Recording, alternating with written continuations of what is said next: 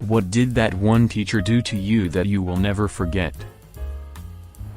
I faked my way through 4th and 5th grade math. I never understood how to do long division, but managed to hide it from the teachers and answer test questions by reverse multiplication. Basically guess a number and multiply it out and see how close I would get, and keep doing it until I got the answer. My 6th grade math teacher figured out that I was faking, and had no idea how to actually divide anything. She had me come in one afternoon to help with cleaning the erasers. All the kids fought for this privilege, so I was thrilled. Sat me down and tutored me until I grasped the concept. Bless you, Mrs. Gillespie. Basically guess a number and multiply it out and see how close I would get, and keep doing it until I got the answer. That is not faking. You discovered binary search, LOL.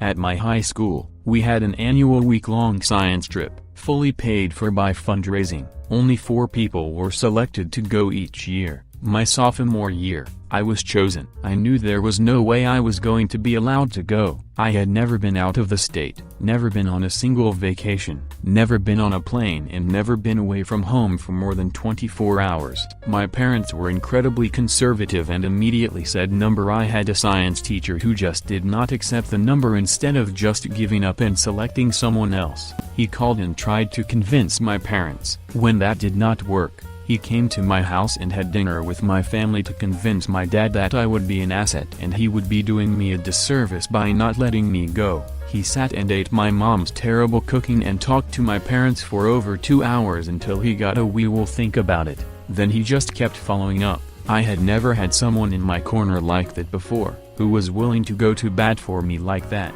He wore them down and it was the best week of my teenage life. I did never seen the ocean 20 years later, and I can still recall every detail of that trip. It was a major pivot point for me.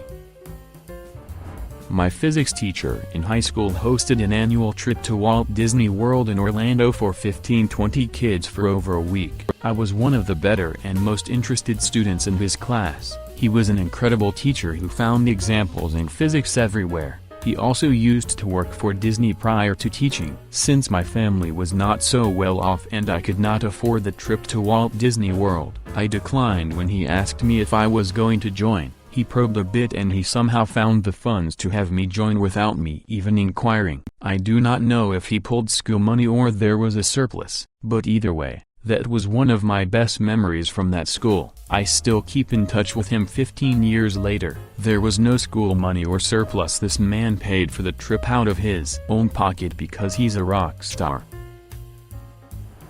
In high school, one of my teachers had this duckbill whistle literally shaped like a duck's bill and it made a quacking noise. She used it to get the class attention. One time I guess we were being extra rowdy and she blew the ever-loving shit out of it and the class went stone dead quiet. She got this shocked look on her face, and then took her hairpin out and dropped it and the whole class heard it hit the ground and she got this big grin on her face and we all just busted out laughing. She outed me for pretending to not speak English to my mom. I am Mexican American, but I am one of those lame border-crossed-me ones who was really a Native American if we are being honest. At any rate, I ignored my kindergarten teacher so much she assumed I didn't speak English. I had skipped state testing because I had been to 6-7 elementary schools as my mom was skipping out on rent. Middle of 1st grade, a random teacher realizes I am reading library books brought from home in the back and not doing work, not common in a special ed classroom. She called my mom and teacher to a meeting, had me tested as gifted, told my mom that I was pretending to not understand my teachers, and told us that in 2nd grade I was going to be in her room. I was in trouble for the first and last time in school. Looking back, this is such an impactful memory. She was the only teacher who cared about me at all. When they opened my backpack at the meeting, I had it packed with random books. I had encyclopedias from my grandparents' house, stuff from 3 school libraries, magazines. Mrs. Judah changed my ducking life because she cared enough to ask the librarian what language I spoke to help me pick more age-appropriate books. I was reading a high school level novel because the school had just been converted from K-12. It turns out high school books were appropriate for me, not age-appropriate but reading level. I love her and will never forget the stash of books she kept for me when they converted the library for K-5. My band teacher drove me home several times after the 7 p.m. jazz band practice. My dad was supposed to pick me up, but several times he fell asleep and did not answer the phone when I tried to call. Made us make paper cranes for hall passes. 20 years later I can still make a top-notch crane. The professor I had for my Calculus 100 class in university was awesome. He was a good teacher and funny and engaging. If it was a first-year class with over 100 people in it, I was just a face in a big crowd. I was on campus after hours a couple years after I graduated. They run programs for kids in the evenings and was dropping off my oldest and I saw him. He stopped, looked at me hard, and said first name last name, not a bad student, not great, but definitely not bad, and kept walking. This was a good 6 years after I graduated. Absolutely amazed he would have remembered me at all after teaching how many hundreds of students in between. That is just crazy. 3rd grade Mrs. Jones. My dad had just deserted us and we were suddenly destitute. She bought my school pictures for us and paid my lunch bill all year. She never said a word about it, only found out later, bless her. Had the police come to the school because he had reason to believe I was smoking cigarettes and using drugs in 7th grade. Both of my parents smoked in the house. I didn't even know I smelled like cigarettes until the police told me why they were searching my backpack, desk and locker. In my senior year, my English teacher asked me if I was manic-depressive after turning in a personal essay, only for me to get diagnosed with bipolar disorder a week later. Told me I was smart and could succeed. I had spent the past couple years at a private school, trying so hard to prove myself. Despite doing well academically, I didn't fit their cookie-cutter mold, so I was looked down on by other students and administration. When I told the guidance counselor that I wanted to be pre-med and go to medical school after college, she pretty much told to lower my expectations because I wouldn't succeed. At the end of my college math class my senior year of high school, I ended up in my professor's office to look at what I had missed on my final. He told me that I had done well, and that I could my PhD in math if I wanted. That was not what I wanted to do. But when I told him I wanted to be pre-med, he looked at me and said, "You're going too well in that.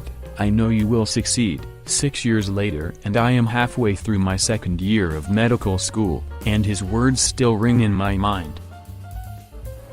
When I was in 7th grade there was a teacher at my school that was essentially a love child of Santa and an elf.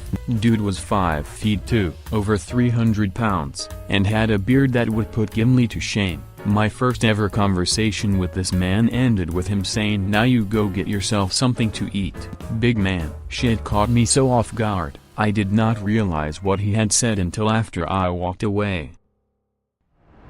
He knew my home life wasn't the best. He saw a bright kid but someone who struggled with just, following orders. He wrote home as I was failing and spoke more kindly about me than most had ever done. It was very nice.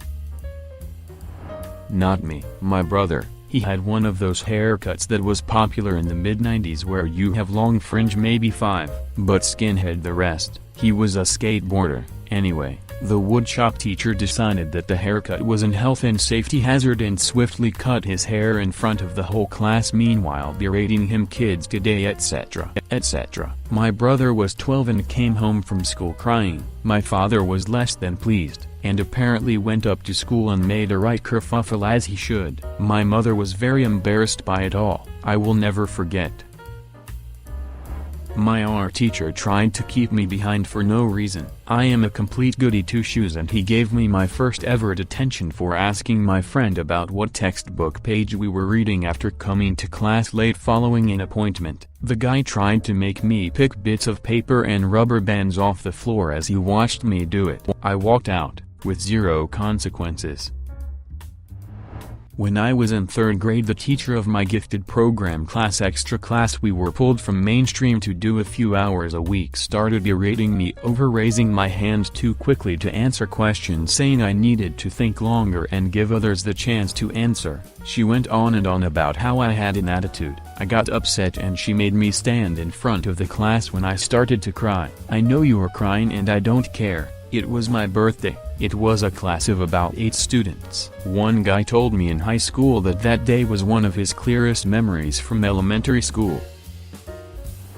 "Oh boy, grade 3, I said, "Oh, crap," when I got tagged out, rounding second, during a game of soccer baseball, Canadian term for kickball. A little girl covering the base screamed, "Teacher, negotiation fair," said the C word. So I got put on detention and yelled at for the rest of the day until I finally snapped on my teacher at the end of the day and said, "Listen, teacher, I do not get it."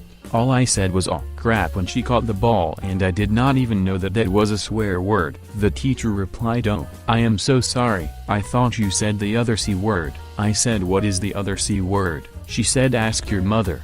At the end of the day I got into the van and told my mom what happened. She broke out laughing her ass off and explained to me. When I asked, that's the word the teacher thought I had said was cunt. I went to school the next day and said to all my friends, "Hey guys, guess what word I just learned?"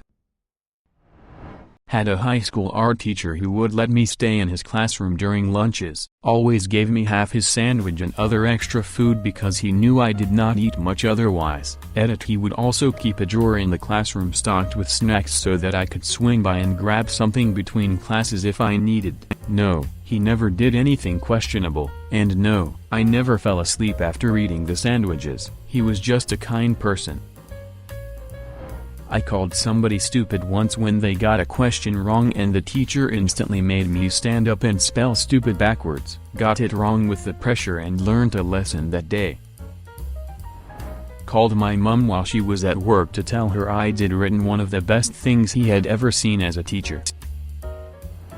When I was in 5th grade in 1975, my parents were divorcing and I was living with my abusive father. If I did not get B or better on my report card, I got the belt. Not a little, mind you, a full-on beat down, and probably denial of meals for a while. The 70s with an abusive parent were a very different time. My father had quite a reputation in the small Pennsylvania town I lived in, McKean. He was known as an incredibly strict person, and our neighbors all hated him. But this was a different time, and that sort of behavior was ignored in public. My 5th grade math teacher, Mr. Cunningham, scared me. He looked a bit like my father, and did not suffer any nonsense in his classroom at all. I struggled with mathematics, and it just did not make sense to me. We got our first report card in 5th grade. These were the days where you could carry a card with you for the day, and the teacher would write your grade on the report card. You would then have to take it home, and have a parent sign it to acknowledge that they had seen your grades. So far, through the day, the grades were good, A's, mostly, an A, but all good. Math was my last class of the day before I had to catch the bus. When my report card came back to me, I froze in terror. I recall this moment like a photograph. The grade was it, written in pen, right there on the report card. I knew what was coming. The blood drained out of my face. Mr. Cunningham dismissed the class, and I was frozen in my desk, scared of what he would do,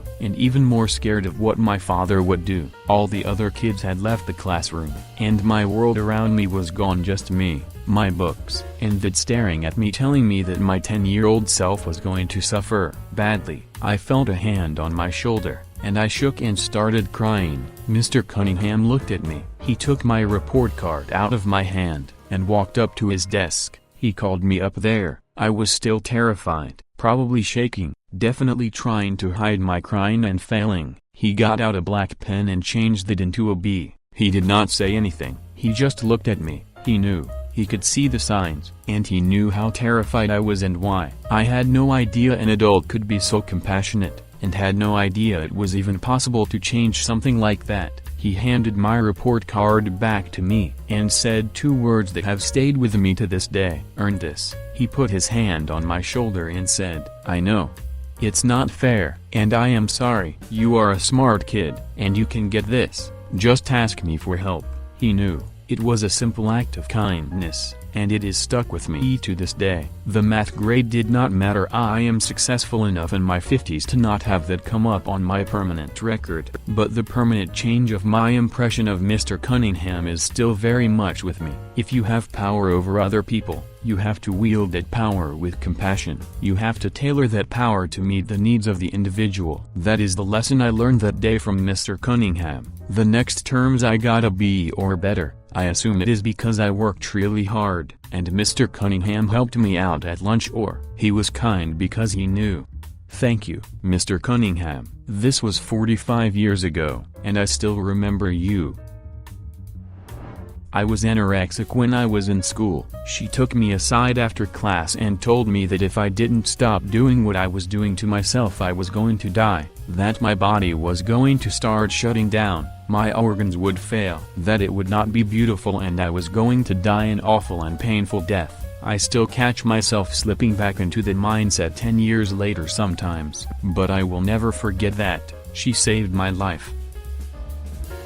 Senior year of high school, I was on the wrestling team and I had cut about 30 pounds that year, from 170 down to 140. I happened to have the same math teacher 3 years in a row, so we really got to know each other, first name basis and all that. She knew how much weight I cut for the season. I told her, and it was obvious just from my face. I was not fat before my cut either. I had a six-pack. She had a strict no eating in class policy. That will be important in a minute. The day after the wrestling season ends, I walk into math class and sit down. She walks over to my desk and puts a whole apple pie right in front of me. She knew it was my favorite, handed me a fork, and said she will ignore the no eating rule for one day. I finished that whole pie in maybe 30 minutes. Linda, I will never forget that. You absolutely made my day. Consider subscribing if you enjoyed this video, and if you want to see more of Reddit Universe.